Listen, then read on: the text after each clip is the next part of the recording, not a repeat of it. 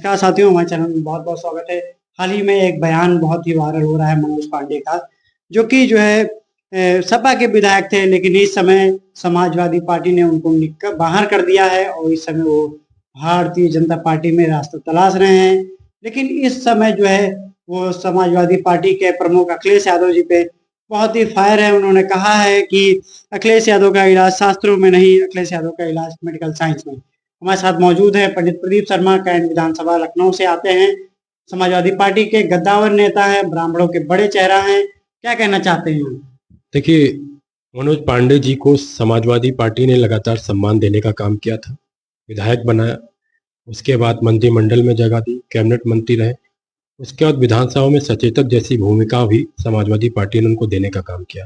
लेकिन भारतीय जनता पार्टी का चाल चलित चेहरा जो है, जब वो भारतीय जनता पार्टी में गए तो उस परिवेश में वो उनकी मानसिकता दूषित हो गई। शायद वो जानते हैं अच्छी तरीके से, लोकतंत्र में सरकार वोट से ही बनती, वोट से ही जाती है। विधायक वोट से ही बनते, वोट से ही जाते हैं।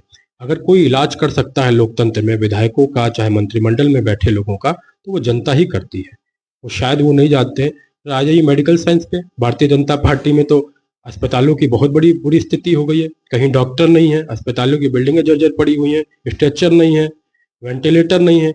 तो बेहतर ये है कि वो भारतीय जनता पार्टी में डिप्टी सीएम ब्रजेश पाठक को राय दे कि वो मेडिकल साइंस में जाकर अस्पतालों की दुर्दशा को सुधारने का काम करे और डॉक्टरों की भर्ती करने का काम।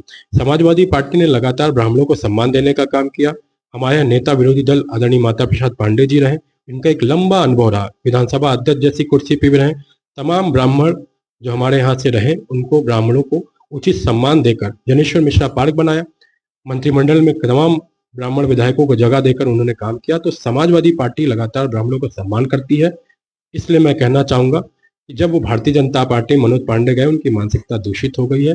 वो उन्हीं जो बयान देकर लाइमलाइट में बनने चाहते हैं, इसीलिए वैसे बयान देने का काम कर रहे हैं। अभी आपने देखा हाल ही में यूपीएसआई में एक एग्जाम हुआ था हाल ही उत्तर प्रदेश में, उसमें अवसरवादी शब्द में पहला विकल्प पंडित दिया गया था। उससे खासी पंडित समाज, ब्राह्मण समाज के लोग नाराज थे। उस पे मनोज पांडे और ब्रजेश पाठक ने तो कोई बयान नहीं दिया। नहीं, उन्होंने एक पत्र लिखने का काम किया। अगर वो ब्राह्मण के सच्चे हितैषी होते तो इस्तीफा दे देते, अपने पद से इस्तीफा दे देते। भारतीय जनता पार्टी की सरकार जब से आई है, बड़ी संख्या में ब्राह्मणों को अपमानित करने का काम योगी सरकार के इशारे पे हुआ। खुद मुख्यमंत्री योगी आदित्यनाथ ब्राह्मण समाज के विरोधी हैं। ये समाज में अब जग जाहिर हो चुका है। लगातार ब्राह्मणों को अपमानित करने का काम किया जा रहा।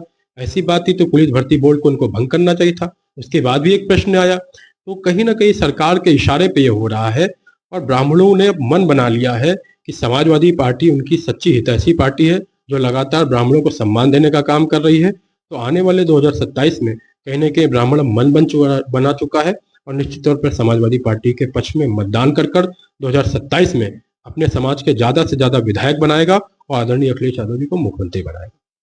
आप भी एक ब्राह्मणों के बड़े चेहरा हैं, पार्टी में बहुत लंबे समय से हैं, 25 सालों से ज़्यादा हो गया है। क्या उत्तर प्रदेश में आप कैंट के विधानसभा से लड़ना चाहेंगे चुनाव? देखिए, निश्चित तौर पर मुझे काफ़ी वर्ष हो गया है। मैं सन 2000 से समाजवादी पार्टी की राजनीति कर रहा हूँ। अपने नेता आदरणीय अखिलेश यादव के नेतृत्व में लगातार पूरे प्रदेश में क्रांति रथ में चलने का काम किया, तमाम संघर्ष और आंदोलन करने का काम किया और नेतृत्व द्वारा कैंट विधानसभा में जितने भी प्रत्याशी आज तक भेजे गए, सबको सच्चे मन तन समर्पित होकर चुनाव लड़ाने का काम किया।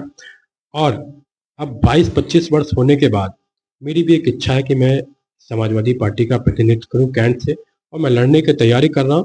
नेता का मेरा जो फैसला होगा, उस फैसले को मैं सर्वमान्य मानते हुए, उसके प्रति सम्मान करते हुए जो भी फैसला होगा उसको जमीन पर धरातल पर उतारने का काम करूंगा।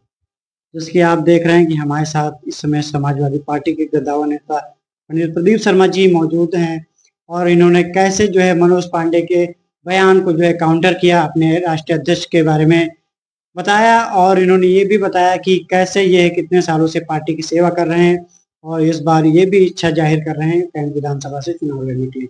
क्या है आपकी राय, कमेंट बॉक्स में बताइए। हमारे साथ चैनल के साथ जुड़ने के लिए धन्यवाद। जय हिंद।